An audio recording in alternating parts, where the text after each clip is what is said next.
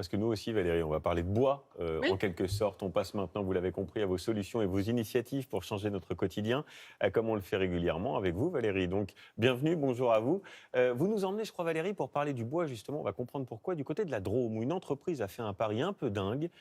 Quand un arbre est coupé, rien, mais absolument rien, ne doit se perdre. Oui, regardez Julien, ça c'est un pin sylvestre. Il a été coupé C'est quoi? C'est des petits il copeaux y de a 3 bois jours. et Alors, des aiguilles. voilà, ça, le tronc est bien sûr parti à la scierie. Et puis ça, ce sont des branchettes comme ça. Oui. Elles ont été broyées avec les épines. Et tout ça sert à faire de l'essence. Regardez, sentez ça. Faites voir. C'est de l'huile de pin. C'est Ah bon ouais. pour les bronches.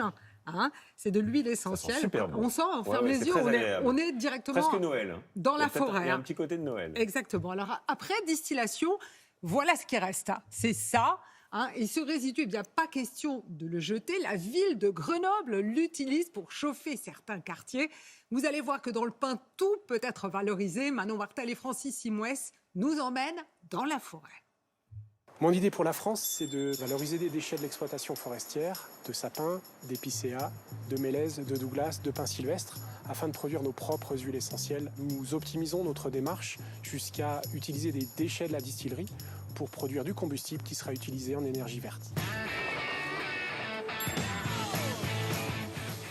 Exploiter seulement les troncs d'arbres, c'est terminé.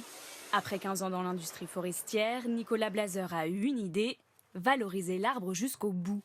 Ce qui l'intéresse, tous les déchets de l'exploitation forestière qui d'habitude restent au sol. Ce sont des branches avec des aiguilles de pin sylvestre. Et ce qui nous intéresse, nous, plus particulièrement, c'est justement les aiguilles, puisque les huiles essentielles sont contenues à l'intérieur des aiguilles seulement. Ces déchets, les propriétaires des terrains lui donnent gratuitement. Et ils sont broyés directement sur place. En temps normal, cette machine réduit des grosses pièces de bois. Traiter du bois si petit, c'était inédit pour toute la chaîne de production. J'ai eu quand même quelques remarques au démarrage de prestataires qui sont des prestataires sont très ancrés en fait dans leur savoir-faire, c'est-à-dire travailler le bois, le tronçonner, le façonner pour un usage, pour la construction, l'ameublement, le sciage, etc. Mais il a su les convaincre rapidement. Une fois la benne remplie, direction la distillerie. Les copeaux sont plongés et chauffés dans ces bennes. Ici, depuis 3 générations, ces spécialistes distillent la lavande. Ils sont ravis de se lancer dans ce nouveau pari.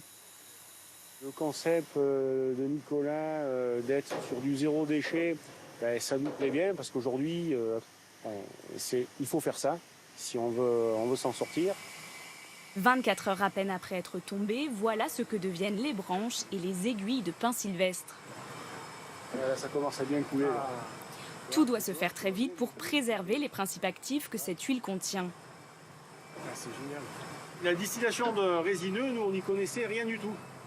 On savait que c'était faisable, donc on savait qu'on allait y arriver. Mais après, voilà, nous, on a fait un petit peu des recherches. Nicolas en a fait beaucoup, justement, pour affiner. Je ne dis pas qu'on est parti zéro, mais presque, quoi.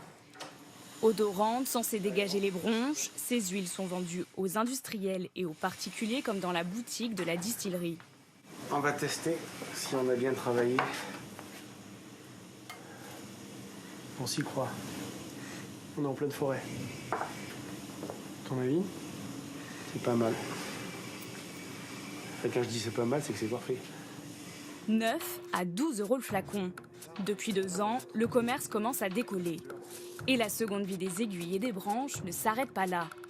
Les déchets de la distillation encore fumants sont eux aussi réutilisés. Ils partent à 2 heures de là.